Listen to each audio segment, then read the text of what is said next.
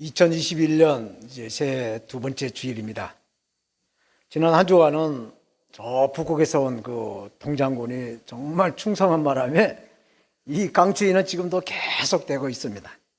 이 추위를 잘 견디시고 이렇게 예배로 살아계신 우리 아버지 하나님께 영광을 드리시기 위해서 정말 시간 따지지 않고 거리 따지지 않고 여기까지 오신 여러분들을 우리 주 예수님의 이름으로 환영하고 축복합니다. 아멘. 해마다 새해가 되면 다 이렇게 계획을 세워서 올해는 이렇게 해야 돼라고 결심을 하게 되죠. 우리 목사님, 우리 선교사님도 올해 또 어떤 계획을 다 세우셨을 거예요. 저도 올해는 어떤 계획을 세웠느냐, 화요일부터 금요일까지 교회 나와서 말씀 보고 기도하고 또 이렇게 나름대로 찬양도 하고 하나님과 깊은 코이노니아를 할 때 작년 한 해는 전화기를 끄질 않고 이렇게 했었어요. 그래서 하나님과 깊은 관계를 누리지를 못했어요. 그래서 올해는 반드시 전화를 끄고 올라야 되겠다라고 결심을 했어요. 그래서 이 결심이 작심삼일이 아니라 습관이 되는 그러한 그 결심이 되기를 바라고 있어요. 예수님께서도 습관을 쫓아서 이 감람산에 올라가셔서 기도하는 모습을 보여주세요. 그래서 우리는 올해 이렇게 기도로 시작해서 기도로 마무리하는 그러한 한 해가 돼야 될 줄로 믿습니다. 왜? 중국 우한발 이 코로나 바이러스를 기도로 박살내버리고 다 이렇게 쫓아내버리고 정말 우리가 자유롭게 이 선교를 해서 예수 그리스도의 복음을 증거하는 하나님의 그 복음 전도자로서 우리의 그 삶이 생기가 넘치는 그런 복된 한 해가 돼야 될 줄로 믿습니다. 지난 시간에 하나님은 최고의 계명이 무엇인가에 대해서 말씀하셨어요. 하나님의 최고의 계명은 그 계명의 대상을 사랑하라고 말씀하셨어요. 그 사랑의 대상은 하나님과 또 나의 자신과 또 내 이웃이라고 말씀하셨어요. 그래서 하나님을 사랑할 때는 마음을 다하고 목숨을 다하고 뜻을 다해서 사랑을 하라. 그리고 우리 자신을 사랑할 때는 내가 온 천하의 귀한, 천하보다 더 귀한 존재다라는 것을 인정을 하고 나를 그 인정하는 그 천하보다 귀한 인정하는 것처럼 이웃도 나처럼 사랑하라 라고 하나님 말씀을 하셨어. 그래서 보이지 않는 하나님과 보이는 이웃을 하나님은 사랑하라 말씀을 하셨어. 오늘 본문은 세 가지 주제로 말씀을 하고 있습니다. 다윗이 성령의 감동이 되어서 그리스도를 주님을 고백하는 것, 그리고 또 서기관들이 그 애식하는 모습, 그리고 가난한 과부의 헌금 이야기로 오늘 본문의 말씀은 구성이 되어 있어요.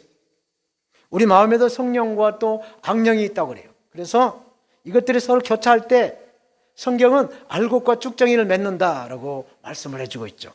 그래서 예루살렘 성전에서 가르치신 예수님의 그 말씀 가운데 성령의 감동, 성령의 감동이라는 제목으로 함께 하나님의 말씀의 은혜를 나누겠습니다. 첫째로 어찌하여 그리스도를 다윗의 자손이라고 하느냐라고 묻습니다.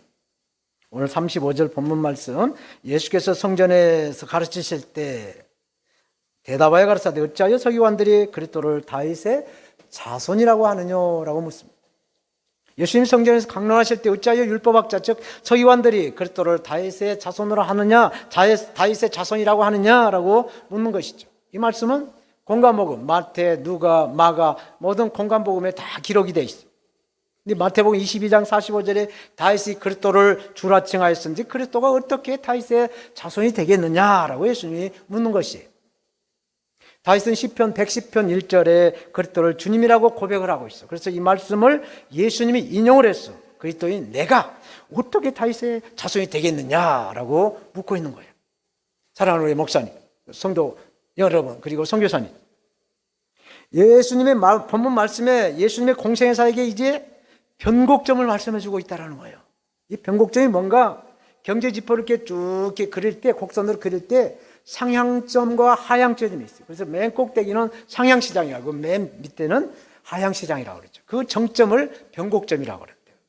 이 하향시장의 정점은 바닥을 쳤다. 이제 더 이상 내려갈 데가 없어서 이제 다시 올라올 것이다라는 걸 기대를 하는 것이고, 또 상향시장은 이제 최고의 정점을 찍었으니 이제 더 이상 올라갈 수가 없어서 이제 내리막길을 탈 것이다 라고 이렇게 경제학자들은 얘기를 하죠.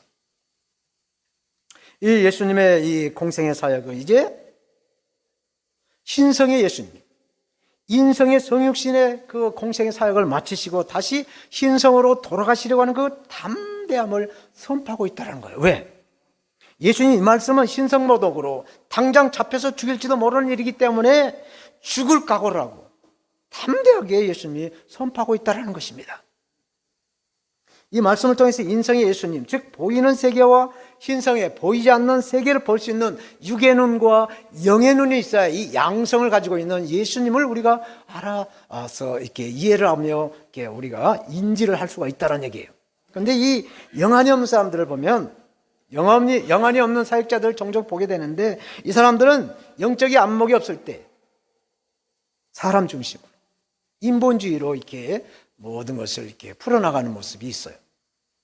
마태복음 1장 1절에 아브라함과 다윗의 자손 예수 그리스도의 세계다라고 마태는 마태복음 1장 1절에 이렇게 말씀을 하고 있어요.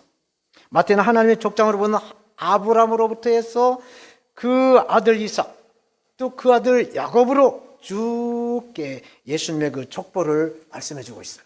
근데 누가복음을 보게 되면 누가복음 3장 21절 이하에 쭉 말씀을 읽어보면 예수님은 공생의 사역을 시작하기 전에 요단강에서 성령 세례를 받았어요.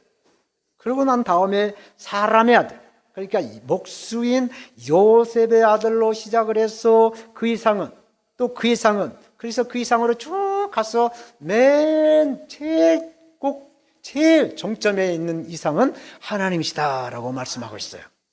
마태는 아브라함의 믿음의 계보를 말하고 있는데 이 누가는 성령으로 하나님의 아들이 사람의 아들로 왔다라는 것을 말씀해 주고 있어요. 오늘 본문 36절에 다윗이 성령에 감동하여 성령에 감동한다라는 말이 무슨 말일까요? 제가 이 설교를 준비하면서 성경을 쭉 성령의 감동에 대한 말씀을 한번 찾아봤더니 신기하게 창세기 41장 38절에 이렇게 말씀합니다.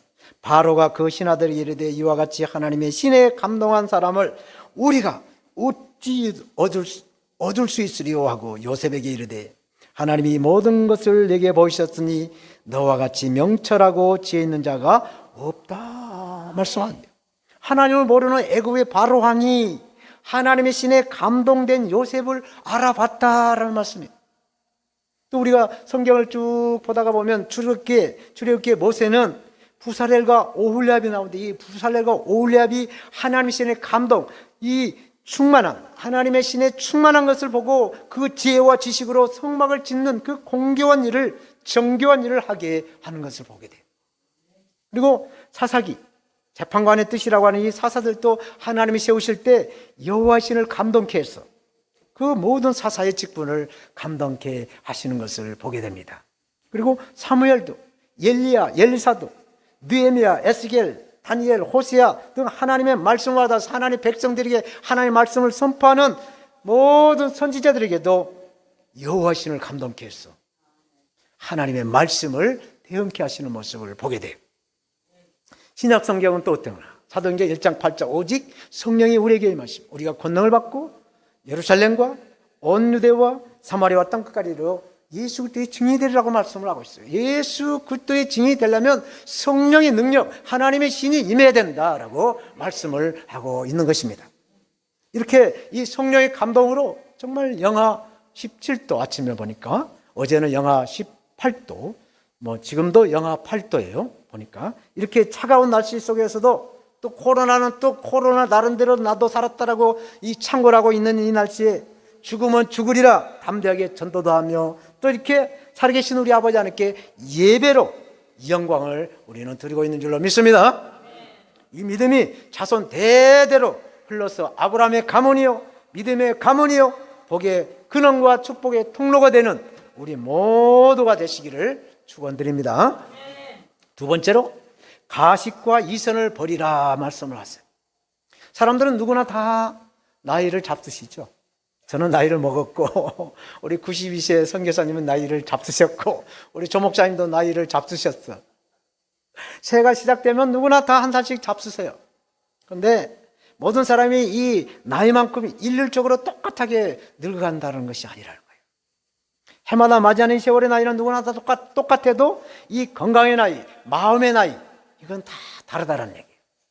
그래서 태어날 때는 순서가 있어도 돌아갈 때는 인생의 그 순서가 없다라고 말을 하죠. 그래서 이것들을 이런 것을 사람들이 이루하기 위해서 사람은 늙어가는 것이 아니라 익어간다라고 노래를 하는 걸 봤어요. 모든 과일이나 농작물이 익어갈 때도 저마다 색깔을 내면서 이렇게 익어간 걸 보지요. 가을에 들판에 보면 벼이삭들이 이렇게 노란 색을 띠면서 이렇게 익어가면서 고개를 숙이는 모습을 보게 됐죠. 또 사과도 보면은 제가 평신도 때 그 국내 선교를 섬기면서 농어촌교회를 탐방을 하러 자주 다녔었는데 소백산 그 고개를 넘어서 쭉 경상북도 영주 고개를 쭉 넘어가면 추풍로 고개를 넘어가서 보면 그 사과밭이 온 산에 꽃이 피는데 하얗게 피더라고요. 그래서 봄에 가면 하얀 꽃을 보게 되는데 이게 꽃이 돼서 이제 과일이 익어갖고 이제 가을철에 이제 농어촌 교회 갈 때 보면은 빨갛게 아주 주먹만한 탐스럽고 보암직도 하고 먹음직도 하는 그 사과밭이 완전히 그냥 온 산을 붉게 이렇게 익어가는 모습을 보게 됐죠. 그래서 그 맛을 이렇게 유혹을 내게 하는, 그래서 하나 꼭 따먹고 싶은 마음을 갖고 있는, 그 차로 가면서 바로 손만 내면 따먹을 수 있는 그런 거리의 사과가 이렇게 중마하는 사과가 빨갛게 익어가는 걸 보게 됐어요. 또 저는 작년에 저희 밭에다가 김장무를 한번 심어봤어요. 오늘 그 김장무를 동치미 담은 거 가져왔습니다만은 이 무뿌리도 땅을 갈라지게 하면서 이렇게 커가는 걸 봤어요. 그러면 사람은 어떻냐? 사람도 인격이 다듬어져서 성숙해 가는 모습을 보인다는 얘기죠. 그런데 인성이 제대로 갖추어지지 못한다고 한다면 이것을 사람들은 이장을 하려고 해요. 그래서 이것을 이장하기 위해서 과거를 자꾸 얘기를 한다. 내가 과거에 내가 무슨 일을 했다. 내가 과거에 이렇게 했었다. 하고 자꾸 이렇게 덮으려고 하는 거. 과거를 말해서. 그래서 과거 지형적인이라는 사람들은 겉과 속이 다르다. 그래서 사람은 겪어봐야 속을 안다라고 말을 하고 있어요. 오늘 본문 38절 39절 말씀 봅니다. 예수께서 가르치실 때 가라사대 긴 옷을 입고 다니는 것과 시장에서 문안받는 것과 해당의 상자와 잔치 상석을 원하는 서기관들을 삼가라 말씀하셨습니다. 예수님 당시 유대인들은 유대교 주대자들을 존경하고 또 그들도 그렇게 되기를 바라고 있었다는 거예요. 지금 어떤지 모르겠지만 한국교회도 이 목회자들을 이 성도들이 존경하고 떠받드는 그런 경향이 있어요. 근데 제가 미국 가서 미국 목회자들 보니까 목회자가 미국의 그 평신도들을 섬기고 있는 모습을, 그 목회자가 주님 섬기듯이 평신도를 섬기고 있는 것을 제가 한두 사람 보는 게 아니라 여러 교회에서 여러 목회자들을 통하여 그것을 결론을 냈어요. 미국의 목회자와 한국의 목회자의 차이점이 좀 있구나라는 것을 제가 보고 왔어요. 이민 목회라는 목사님들 보면 생활비를 벌기 위해서 청소를 하고 또 가든을 하고 있어. 미국은 정원마다 다 잔디를 키우기 때문에 잔디 깎아주는 거. 또 아니면 택시 뭐 이런 것을 하면서 미국 교회, 그거 오전에 미국 교회 예배 드리고 나면 오후에 가서 빌려가지고 이게 예배를 드리는 교회들이 너무 많이 있는 걸 봤어요. 또 호주에도 가서 보니까 저희 아들이 호주에 살고 있어서 가서 보니까 호주 교회도 마찬가지로 그렇게 이민교회는 거의 비슷비슷하게 이렇게 움직이고 있는 걸 보게 되었어요. 한국에도 정말 미제로한 상태에서 한 영혼이라도 어떻게 구원시키려고 하는 그 일념으로 목회하는 대다수의 그 가난한 목회자들을 보게 되면 미국 이민교회나 거의 비슷하다라고 저는 생각을 해요. 그래서 한국의 가난한 목회자들과 대형교회 그 목회자들이 그 물질적인 양극화는 이 세상에서 사람들이 겪고 있는 부의 양극화와 별 차이가 없다라고 저는 보고 있습니다. 그러나 이 가난, 이 청빈에서 오는 그 자유함은 본인이 아니고는 누가 감히 그것을 알 길이 없다라고 보여요. 왜? 예수님은 심령이 가난한 자는 천국이 저희 것이다 라고 말씀을 해주고 있어요. 오늘 본문에 말씀하는 서기관은 원래 하나님의 말씀을 연구하고 가르치는, 요새 말하는 신학교 교수나 아니면 담임 목회자 아니면 목회자와 같은 그런 사람들이 서기관이었어요. 그들이 해당해서 하나님의 말씀을 전하는 이러한 사람들이었어요. 그런데 어떻게 타락의 길을 가고 있는가, 어떻게 이렇게 과부의 가산을 이렇게 삼키는 그런 사람들이 되었는가에 대해서는 성경은 말씀하지 않죠. 제가 늦은 나이에 하나님이 불러서 신학교를 가게 됐죠. 그래서 저희 아들뻘 되는 학생들이 거의 대다수죠. 같이 공부하면서 그래도 나이가 먹었으니 밥을 밥을 이제 식당을 먹으러 가면은 그 교수도 혼자 가서 밥 먹을 좀 안쓰럽더라고. 그래서 교수님 같이 가시죠. 그래서 같이 밥 먹고 돈 내고 뭐 이렇게 이런 거에 좀 종종 있었어요. 그때 이제 분기마다 시험을 보잖아요. 밥 얻어먹은 교수님 점수가 그렇게 짜지 않더라고. 이렇게 사람이라는 게 그렇게 그런 걸 느꼈어요. 그래서 저는 뭐 이게 은사다 싶어가지고 하여튼 지금도 같이 누구하고 같이 밥을 나가서 사 먹으면 제가 항상 카드를 냅니다. 그래서 항상 제가 먼저 내려고 하죠. 이것은 제가 무슨 은사라기보다도 저희 선친도 저 어렸을 때 보면 항상 누구한테 이렇게 대접하려고 하고 이렇게 막 항상 남을 이렇게 대접하는데 애를 썼어요. 근데 또 우리 아버지 본인에게는 상당히 인색한 모습을 봤어요. 그래서 저도 저한테는 되게 인색해요. 그게 참 부전자전인 것 같아요. 서기관들도 백성들에게 이 대접을 받다 보니까 거기에 길이 들어져서 그렇게 타락의 길을 가지 않았나라고 제 나름대로 한번 추정을 해봤어요. 이렇게 서기관들의 삶은 이 예수님의 삶과 정반대의 삶을 가고 있다라고 성경은 말씀하고 있어요. 마가복음 10장 45절에 예수님은 인자에 온 것은 섬김을 받으려함이 아니라 도리어 섬기려 하고 자기 목숨을 많은 사람의 대속물로 주려 합니다라고 말씀하셨어요. 그런데 오늘 본문 40절에 이 서기관들은 저희는 과부의 가산을 삼키며 예식으로 길게 기도하는 자니 그 받는 판결이 중하리라, 무거운 심판이 임할 것이다 말씀하고 있어요. 저는 평신도로 교회를 섬길 때 담임 목회자이신 김상복 목사님 교회 밑에서 거의 20년 넘게 신앙생활을 했어요. 그래서 김상복 목사님 목회 철학은 3S 목회 철학이었어요. 이 3S가 뭐냐? 첫 번째 S는 salvation, 구원이에요. 예수를 믿으면 누구나 다 구원을 받는 얘기죠. 그래서 구원받는 하나님의 자녀는 두 번째 S, sanctification이라고 하는 성화예요. 성화.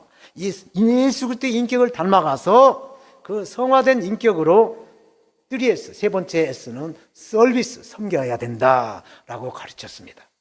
교회에서 구원받은 성도가 그 은혜에 감사를 해서 성화되지 않고 이 예수 그리스도의 인품을 닮아가지 않고 어떤 봉사를 하게 된다라면 자기 의가 발동이 돼서 공연한 사람에게 시험을 들게 하고 실족해 한다라는 것을 굉장히 강조를 하셨어요. 이거 굉장히 중요한 말이더라고요. 저희 교회도 작년 1한 해 동안 정말 이렇게 성화되지 못하고 이렇게 섬김의 사역에서 많은 트러블이 생겨가지고 어려움을 겪었어요. 그래서 이것을 해결할 방법은 오로지 기도 외에는 다른 이유가 없을 줄로 믿습니다. 사랑하는 여러분, 사도 바울은 옥중에서 빌립보 교회의 그 염려를 없애고 또 교회 분열을 막기 위해서 권면한 말씀, 빌립보 2장 3절 4절은 이렇게 말씀하세요. 아무 일에든지 다툼이나 허용을 하지 말고 오직 겸손한 마음으로 각각 자기보다 남을 낫게 여기고 각각 자기 일을 돌아볼 뿐더러 또한 각각 다른 사람들의 일을 돌아봐 나의 기쁨을 충만케 하라 말씀하세요. 남을 나보다 낫게 여긴다라는 이 마음은 인력으로 안 되는 거죠. 성령의 감동, 성령의 충만함이 있어야 가능하다라는 얘기죠. 그래서 성경은 예수 그리스도의 보혈의 능력을 받고 성령의 감동, 성령의 능력을 받아서 이 사랑을 이루어가라라고 저와 여러분들에게 성경은 말씀하고 있는 줄로 믿습니다. 이제 마지막으로 예수님의 연도, 헌금을 하는 마음에 대해서 말씀을 하고 있어요. 주님의 몸된 교회를 세워가는 데 있어서 섬김과 기도와 물질로 충성을 한다라고 말합니다. 이 말은 무슨 말인가?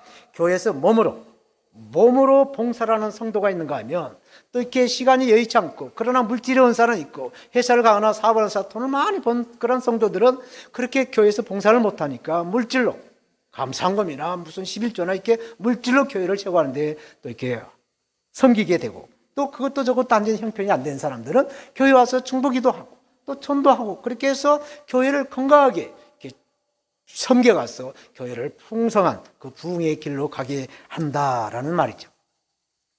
그래서 그 신학교에 가서 보면 이 서번트 리더십이라고 예수님의 그 리더십에 대해서 공부를 하죠.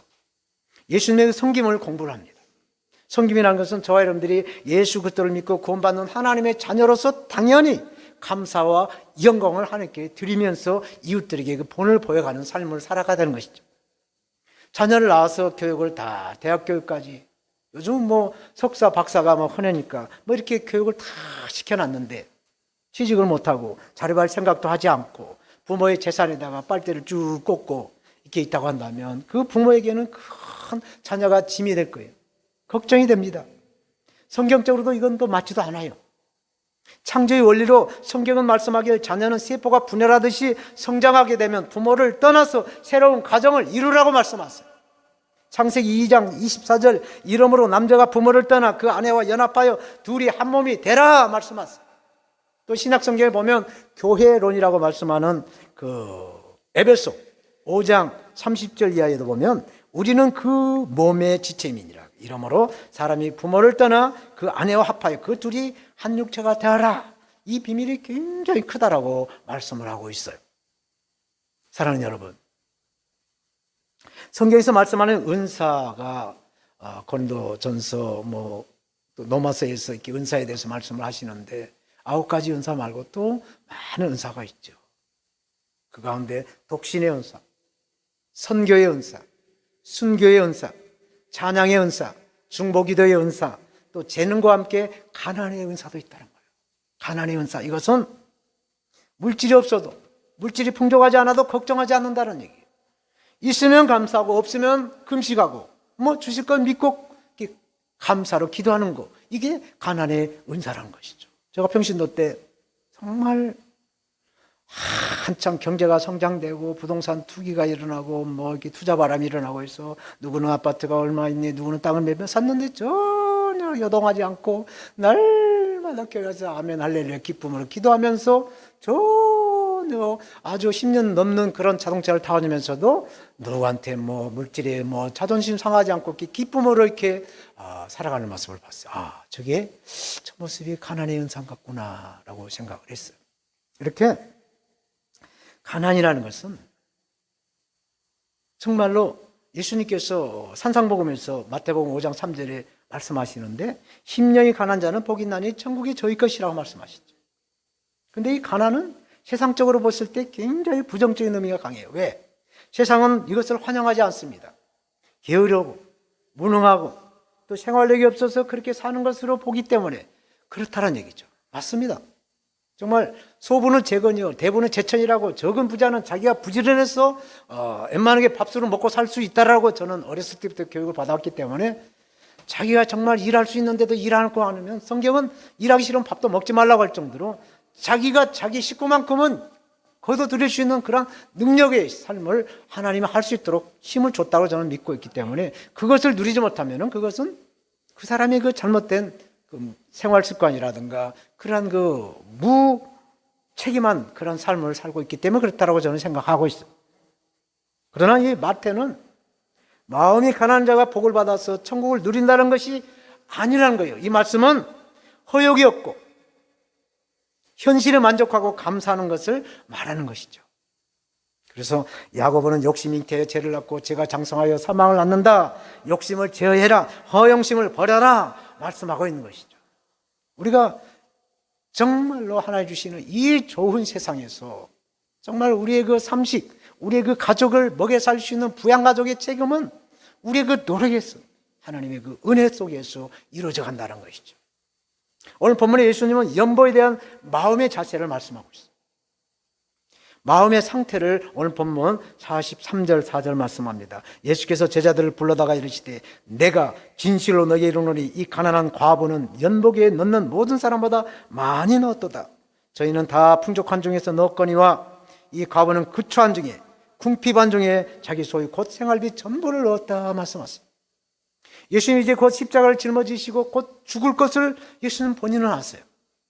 사람들도 본인 돌아가실 때 본인은 안다고 해요. 저는 아직 그건 몰라보겠습니다만 저희 아버님 돌아가실 때 보니까, 저는 서울에 와서 살고 아버님은 시골에서 농사 짓고 있었는데 돌아가시기 전에 다 논문 쓰고 뭐고 다 서랍에다가 다 정리를 해놓으셨더라고요. 그래서 본인이 당신이 안 계셔도 그걸 다 정리할 수 있도록 이렇게 다 챙겨놓은 걸 보셨어요. 그래서 다른 사람들도 봤을 때 본인이 죽을 것은 안다라는 것을 들었어요. 예수님도 이제 십자가를 짊어지시고 죽을 때가 되었어요. 그래서 자신이 그리스도의 신분을 밝히면서 이제 죽으면 죽으리라 담대하게 이렇게 내가 어떻게 다윗의 자손이냐? 내가 그리스도다라고 이렇게 선포를 하시면서 이제 헌금을 드리는 마음이 중요하기 때문에 이 마음을 말씀하고 있어요. 오늘 본문에 헌금을 드리는 마음에 대해서 말씀하는 것이죠. 그래서 잠언서 기자는 무릇 지킬 만한 것보다 더욱 네 마음을 지켜라. 생명의 근원이 네 마음에서 나온다라고 말씀하고 있는 거예요. 동전 두 렙돈과 한 고도란트가 오늘 본문에 나오는데 이 렙돈이라는 말은 이스라엘에서 가장 작은 동전, 그러니까 우리나라의 10원짜리 아니면 100원짜리 동전을 말하는 것이고, 이 고도란트 이 말은 노마돈을 말하는 거예요. 그래서 과부의 헌금에는 부자들과에게 대조를 보여줘요. 그런데 서기관들은 과부의 재산을 삼켜요. 그럼에도 불구하고 이 과부는 자신의 모든 것을 주님께 드린다는 겁니다. 예수님 일이 없어서, 할 일이 없어가지고 연복교에다가 돈 얼마 넣는가 그거 이렇게 떡 쳐다보고 말씀한 것이 아니라는 얘기죠. 오늘 본문의 주제는 성령의 충만함이요, 성령의 감동입니다. 여러 부자들은 많이 넣는데 한 가난한 과부는 한 고도란트를 넣는지라. 예수님의 돈의 액수를 말씀하시는 게 아니라 이 과부에 가진 모든 것을 주님께 드리는 그 믿음의 상태, 성령의 충만함, 성령의 감동을 말씀해 주고 있어요.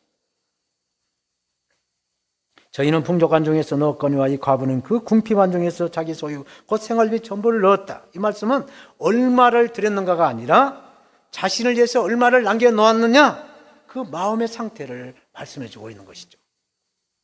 하나님은 마음을 다하고 뜻을 다하고 목숨을 다하여 주 너희 하나님을 사랑하고 네 이웃을 내 몸같이 사랑하라 말씀하신 이 사랑의 이 말씀을, 이 하나님 사랑과 이웃 사랑을 우리가 우리 힘을 안 되니 성령을 구하고 성령을 찾고 성령을 두드려서 성령의 능력으로 성령의 충만함을 받아서 이 사랑을 감당하라고 말씀하신 줄로 믿습니다. 이제 말씀을 맺겠어요. 야고보서 2장 5절에 가난한 자를 택하사 믿음에 부여하게 하시고 라고 말씀하세요. 이 말씀에 가난한 자는 자동적으로 믿음이 커지고 부자는 부자는 자동적으로 믿음이 작아진다는 말이 아니에요. 야고보가 강조하고 있는 것은 가난한 사람은 자기 자신이 약하고 또 이렇게 돈이 없기 때문에 하나님을 그만큼 더 찾는다라는 말이에요.